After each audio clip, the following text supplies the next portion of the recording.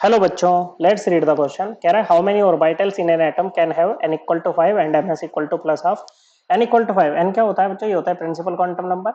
और ms ये क्या होता है? ये होता है स्पिन क्वांटम नंबर। ओके बच्चों, देखो क्वांटम नंबर्स क्या होते हैं? ये ना बच्चों एड्रेस होते हैं आपके इलेक्ट्रॉन का। तो जैसे n है बच्चों, प्रिंसिपल क्वांटम नंबर ये होता है बच्चों। ये हमें बताता है शेल नंबर के बारे में। किसके बारे में बच्चों? शेल नंबर के बारे में, कि किस शेल में हमारा इलेक्ट्रॉन प्रेजेंट है। l होता है एजीमुथल क्वांटम नंबर, ये बच्चों सब शेल के बारे में बताता है। ओके बच्चों, और एल की वैल्यू है वो 0 से लेके n-1 तक लाई करती है बच्चों। ओके, तो अगर n की वैल्यू 5 है ना, तो l क्या क्या होंगे आपके पास में? 0 1 2 3 और 4 ये होंगे बच्चों। फिर होता है m या फिर ml, इसको बोलते हैं बच्चों मैग्नेटिक क्वांटम नंबर, जो कि ऑर्बिटल के बारे में बताता है कि किस ऑर्बिटल में हमारा इलेक्ट्रॉन है बच्चों। और इसकी जो वैल्यू होती है वो -L2 प्लस एल लाई करती है। ओके बच्चों, कहाँ से कहाँ तक? -L2 प्लस एल लाई करती है। तो अगर l की वैल्यू 0 है तो m की वैल्यू भी 0 ही होगी, और ऐसे में केवल एक ऑर्बिटल आपके पास होगा बच्चों।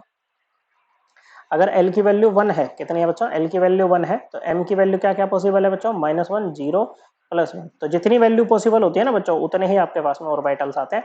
तो s सब शेल में केवल एक ऑर्बिटल होता है, p सब शेल में 3 ऑर्बिटल होते हैं। ओके बच्चों, तो जैसे जैसे l की वैल्यू बढ़ती जाएगी ना, 0 1 2 3 ऐसे ऐसे दो डब्बे यहाँ पर आपके बढ़ते जाएंगे। ओके, दो ऑर्बिटल बढ़ते जाते हैं। l की वैल्यू 2 होगी बच्चों, तो m की वैल्यू क्या होगी बच्चों? -2 -1 0 +1 और +2। ओके बच्चों, कितने डब्बे बनाए? 5 डब्बे बनाएंगे बच्चों, 5 वैल्यूज हैं।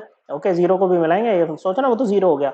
ओके, 1 2 3 4 5 बन गए 5 बच्चों। ओके, एल की वैल्यू 3 होगी, तो एम की वैल्यू क्या क्या पॉसिबल होगी? -3 -2 -1 0 +1 +2 +3। कितने हो गए बच्चों? 7 बनेंगे यहाँ पर।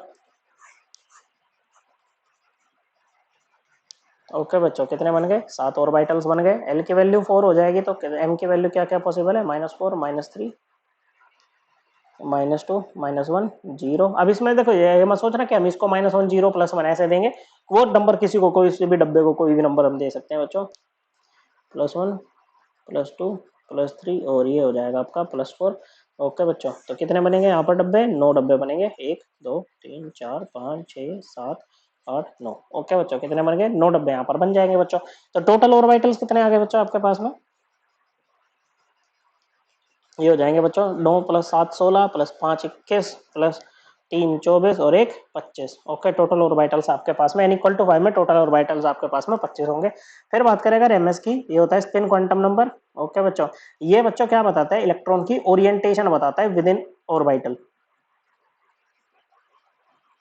ओके, अब इसकी दो वैल्यू होती है, एक तो होती है प्लस हाफ, ओके, एक होती है माइनस हाफ। ओके, अब किस इलेक्ट्रॉन को क्या देना है वो ऐसा फिक्स नहीं होता है बच्चों।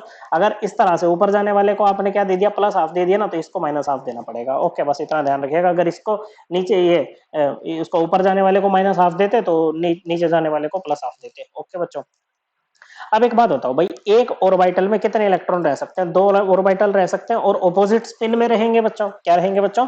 ऑपोजिट स्पिन में रहेंगे बच्चों। ओके, तो हर ऑर्बिटल में एक इलेक्ट्रॉन तो ऐसा, अगर देखो सारे फुलफिल्ड है बच्चों, तो ऐसे में हम ये मानते हैं बच्चों कि सभी ऑर्बिटल्स में दो दो इलेक्ट्रॉन है बच्चों। ओके, तो यहाँ पर क्या होगा बच्चों कि देखो कि हर ऑर्बिटल में एक इलेक्ट्रॉन तो ऐसा होगा ही ना बच्चों जिसका spin quantum number plus half है बच्चों।